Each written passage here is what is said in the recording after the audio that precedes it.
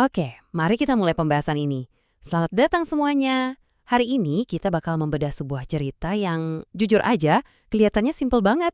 Cuma kejadian singkat di bandara, tapi rahasia di baliknya benar-benar masif buat kesuksesan karir dan hidup kita.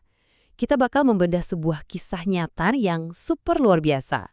Sekarang coba perhatikan pertanyaan ini. Pernahkah Anda bertemu supir taksi yang mengubah cara pandang Anda tentang kehidupan? Mungkin kedengarannya agak berlebihan ya. Tapi serius, apa yang bakal kita bahas ini ibarat perumpamaan modern yang benar-benar terjadi. Yuk kita posisikan diri kita di cerita ini dan siap-siap deh buat melihat kerjaan sehari-hari Anda dari sudut pandang yang 100% baru. Fase pertama, kejutan di antrian taksi. Jadi ceritanya dimulai dengan seseorang bernama Harvey Mackay. Dia lagi capek banget dan nunggu di antrian taksi bandara yang, ya Anda tahulah, membosankan. Tiba-tiba, ada satu taksi yang super mengkilap, merapat. Supirnya keluar, pakaiannya rapi banget, dan langsung sigap bukain pintu. Dari sini aja udah kelihatan, ini jelas bukan taksi biasa kan?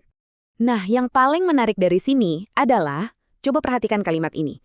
Supir itu senyum dan bilang, "Nama saya Wally," terus dia ngasih sebuah kartu waktu masukin koper Harvey. Misi Wally, mengantar pelanggan ke tempat tujuan dengan cara tercepat, teraman, dan termurah dalam lingkungan yang bersahabat. Coba pikirin sebentar deh. Kapan terakhir kali Anda ketemu supir taksi yang punya misi dicetak rapih dan dibagikan ke penumpang? Asli, dedikasi kayak gini langka banget. Fase kedua, misi pelayanan ekstra Wally. Kejutan buat Harvey ini nggak berhenti di selembar kartu tadi. Waktu dia masuk ke mobil, interior taksi itu bersihnya luar biasa. Nggak ada debu sama sekali. Tapi, tunggu sampai Anda dengar apa yang ditawarin Wally setelah pintu ditutup. Ini bener-bener bikin level pelayanannya meroket jauh melampaui ekspektasi siapapun. Disinilah Wally mulai ngeluarin menu andalannya. Dia nawarin kopi. Dan bukan cuma kopi biasa, ada pilihan kopi decaf. Waktu Harvey nolak dan cuma minta minuman ringan, Wally langsung nyebutin isi kotak pendinginnya. Ada Coke biasa, Diet Coke, air mineral, sampai jus jeruk. Nggak cuma itu, dia nawarin bacaan kelas atas kayak The Wall Street Journal, Time, sampai Sports Illustrated. Dia bahkan nanya Harvey mau denger stasiun radio apa, dan nanya suhu AC-nya udah pas atau belum. Bayangin aja kontrasnya sama taksi standar yang biasanya pengap dan membosankan. Layanan ini sih gila. Fase ketiga, titik balik sang supir. Jadi, poin krusialnya adalah, waktu Harvey yang masih shock nanya, "Wally, apa kau selalu melayani pelanggan kayak gini?" Jawabannya lumayan bikin kaget. Enggak, Wally nggak selalu sebaik ini. Faktanya nih, di tahun pertamanya narik taksi, Wally itu tukang ngeluh kronis. Dia ngeluh persis kayak kebanyakan supir taksi lainnya. Terus, apa dong yang memicu transformasi drastis ini? Perubahannya bermula dari sebuah siaran radio. Waktu itu ada penulis bernama Wayne Dyer yang lagi bahas bukunya You'll See It When You Believe It. Intinya, kalau Anda bangun tidur dan udah ngarepin hal buruk terjadi, ya hampir pasti hal buruk beneran kejadian. Realitas negatif Anda ya diciptakan oleh pikiran negatif Anda sendiri. Dan satu kalimat dari siaran itu benar-benar nancep di kepala Wally. Berhenti mengeluh. Berbedalah dari pesaing Anda. Jangan menjadi bebek, jadilah elang. Masuk ke fase 4. Filosofi bebek dan elang. Buat Wally, kata-kata di radio tadi itu rasanya kayak tamparan keras. Dia merasa si penulis lagi ngomong langsung ke dia yang hobi banget ngeluh. Di detik itu juga, mindset Wally langsung berubah total. Ini adalah filosofi baru yang jadi jantung dari cerita ini dan kita harus banget membedahnya sama-sama. Dan ini mengilustrasikan dengan sangat brilian dua mentalitas yang bertolak belakang. Coba lihat perbandingannya. Di satu sisi, kita punya mentalitas bebek. Bebek kerjanya ngapain? Cuma bisa nguik, berisik, dan ngeluh di kubangan lumpur. Mobil mereka kotor, orangnya nggak ramah, dan ya mereka membaur aja sama keluhan sehari-hari. Tapi di sisi lain ada mentalitas elang. Elang nggak buang waktu buat ngeluh. Mereka terbang tinggi di angkasa, ngangkat diri mereka jauh di atas kompetitor.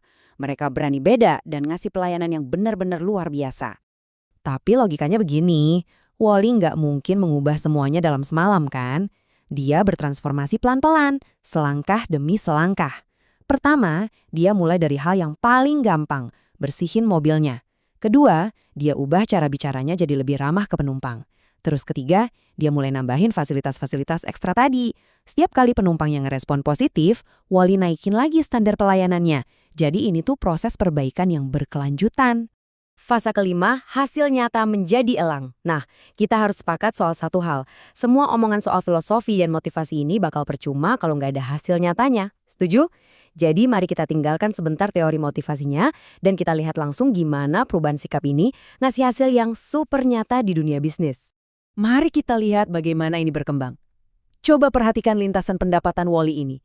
Di tahun 0, pas dia masih jadi bebek yang suka ngeluh, pendapatannya stagnan. Tapi di tahun 1 setelah dia mutusin buat jadi elang, pendapatannya langsung naik 2 kali lipat.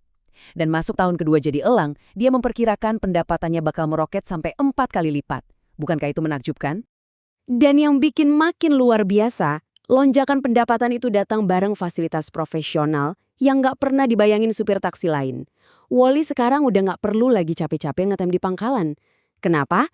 Ya karena pelanggannya langsung nelpon ke dia.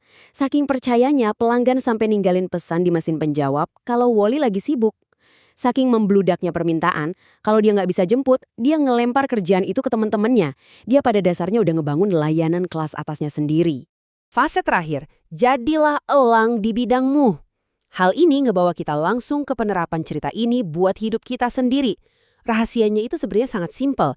Kalau Anda memberikan pelayanan terbaik di bidang pekerjaan apapun itu, Anda nggak bakal lagi capek-capek ngejar peluang. Peluanglah yang bakal antri ngejar-ngejar Anda. Sebagai penutup pembahasan kita hari ini, saya pengen ninggalin satu pertanyaan yang harus banget Anda ingat. Di pekerjaan Anda saat ini, apapun profesinya, apakah Anda memilih untuk jadi bebek yang cuma bisa ngeluh soal keadaan?